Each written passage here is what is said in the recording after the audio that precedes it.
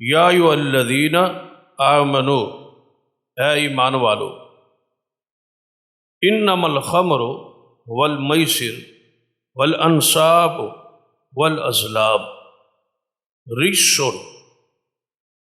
اے اہل ایمان، اے مومنو، بے شک نشہ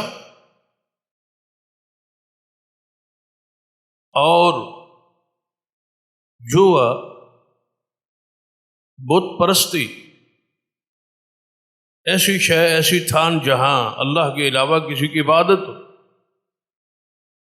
اور تیر کے وہ پاسے، وہ فال گیری، یہ چار چیزیں جو ہے رجس، گندی ہے، پلید ہے۔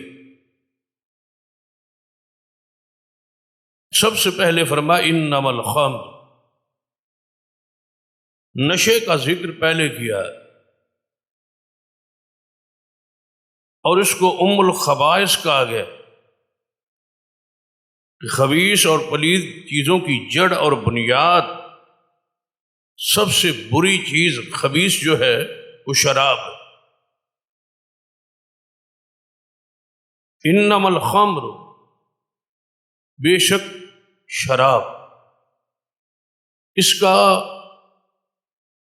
معنی سرور کائنات محمد رسول اللہ صلی اللہ علیہ وسلم نے لفظ خمر کا معنی خود فرمایا۔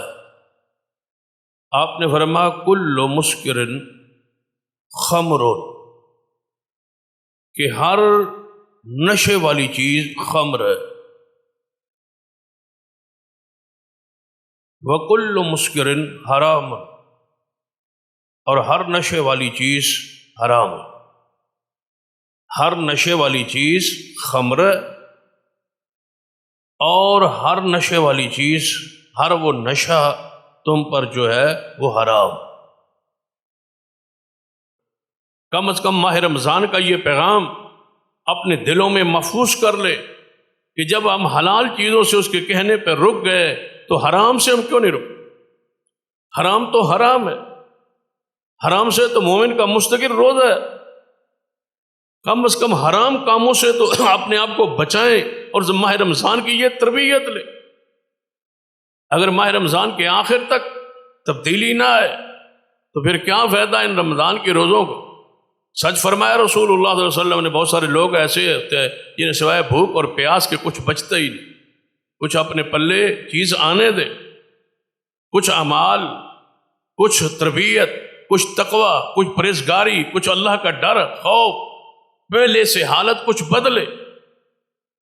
اگر ماہ رمضان کا چاند ختم ہو، شوال کا چاند چڑھے، اور وہی کیفیت نہ نماز میں ترتیب میں بدلی، نہ ہی کوئی اور نیکی اور تقوی، قرآن پاک نے تو کہہ دیا لعلکم تتقون، یہ تقوی کے لیے روزہ اس لیے ہے کہ تم میں تقوی پیدا ہو، اللہ کا ڈر پیدا ہو، گناہوں سے نفرت پیدا ہو، گناہوں سے کراہت محسوس ہو، نیکی کرنا آسان ہو جائے، گناہ کرنا مشکل ہو جائے۔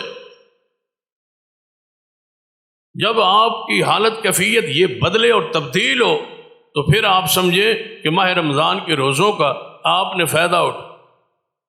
اور اپنے گریبانوں میں جھانکیے کہ میں اور آپ اس وقت کہاں کھڑے، خاص کر ماہ رمضان میں یہ دو چیزیں اپنے پلے باندھ کہ ہم نے اپنی اولاد کو ہر نشہ آور چیز سے محفوظ رکھ۔ نشہ آور چیزوں میں شراب ہے،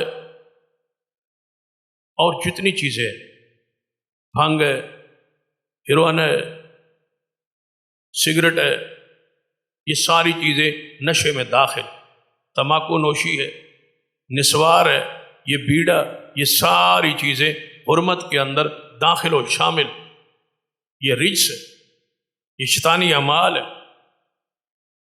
یہ بغض اور عناد پیدا کرنے والی چیز ہے، یہ ذہن میں فتور پیدا کرنے والی چیز ہے، یہ فضول خرچی ہے، اور فضول خرچی شیطانی عمل، شیطان کا بھائی۔ ان ساری چیزوں سے اپنی اولاد کو اس پاکیزہ مہینے میں ہمیشہ کے لیے محفوظ کر۔ میں آپ سے کہتا ہوں جب آپ روزہ رکھ کے شام تک سگریٹ سے بچے ہوئے ہیں تو آخر افطاری کے فوراً بعد سگریٹ کیوں ہے؟ سارا دن جب طلب نہیں ہوئی اور محفوظ رہے تو اس سے جان چھڑوا لے. بہترین ایام ہے ہر نشے سے بچنے کے لیے. سارا دن اگر محفوظ ہے روزے کی وجہ سے تو پھر اس سے اپنے آپ کو بچا لے. رات کو بھی اس گند سے اپنے آپ کو محفوظ رکھے.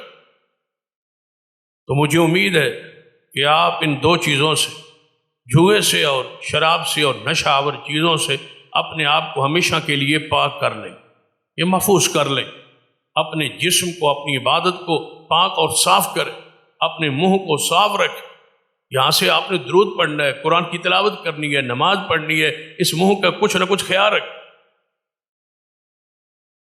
آپ جگہ وہ صاف رکھتے ہیں نا جہاں آپ نے قرآن رکھنا ہو، تو وہ جگہ آپ صاف رکھیں. اس لیے کہ یہاں میں نے قرآن رکھنا ہے، یہاں میں نے بیٹھ کے قرآن پڑھنا ہے، تو جس منہ سے قرآن پڑھنا ہے اس کو پاک کون کرے گا؟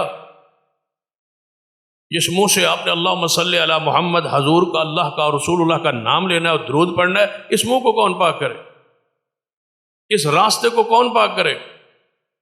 اس کو تو مسواک کرنے کا حکم ہے کہ منہ صاف رہے، پاک رہے، پکیدہ رہے، بدبو نہ آئے. تو سگریٹ سے تو آپ نے اپنے منہ کو آپ خراب کر رہے، بدبو تار کر رہے، اس راہ میں گند پھیلا رہے ہیں. جس راہ سے قرآن کی تلاوت ہونی، جہاں سے آپ نے دعا کرنی ہے، جہاں سے آپ نے وظائف پڑھنے، جہاں درود پاک پڑھنا ہے، جہاں سبحان ربی الاعلیٰ، سبحان ربی العظیم کہنا ہے، یہاں الحمدللہ رب العالمین. کم از کم اس منہ کو صاف تو رکھے، اس راستے کو صاف رکھے جس راہ سے قرآن کی تلاوت ہو رہی. کچھ تو اس کے ادب کا، احترام کا خیال رکھیں کہ میں کیا کر رہا ہوں، کس راہ کو میں اور کس منہ کو میں برا بر کر رہا ہوں اور ریس کر رہا ہوں اور پلید کر رہا ہوں اور بدبودار کر رہا ہوں. ایسی بوٹی سے اپنے آپ کو محفوظ رکھے. اس سے بڑی بدبودار چیز اور کیا ہو سکتی؟ سگریٹ پینے والے کے منہ کے قریب ذرا منہ لگا کے دیکھے کتنی بدبو اور کراہت محسوس ہوتی، لیکن ہوتی اسے ہے جسے بدبو آتی ہو. اور جس کا اپنا ناک بدبو سے بھرا ہو، تعفن زدہ ہو، تو اس کو کیسے بدبو آئے؟ نفیس بندے کو یہ بدبو آتی ہے.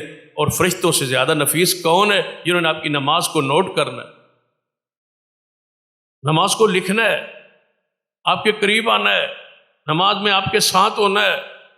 تو فرشتے تو دور ہو جائیں گے، وہ قریب نہیں آئیں گے بدبو کی وجہ سے. اپنی بدبو کی وجہ سے فرشتوں کو دور کر دیا ہے.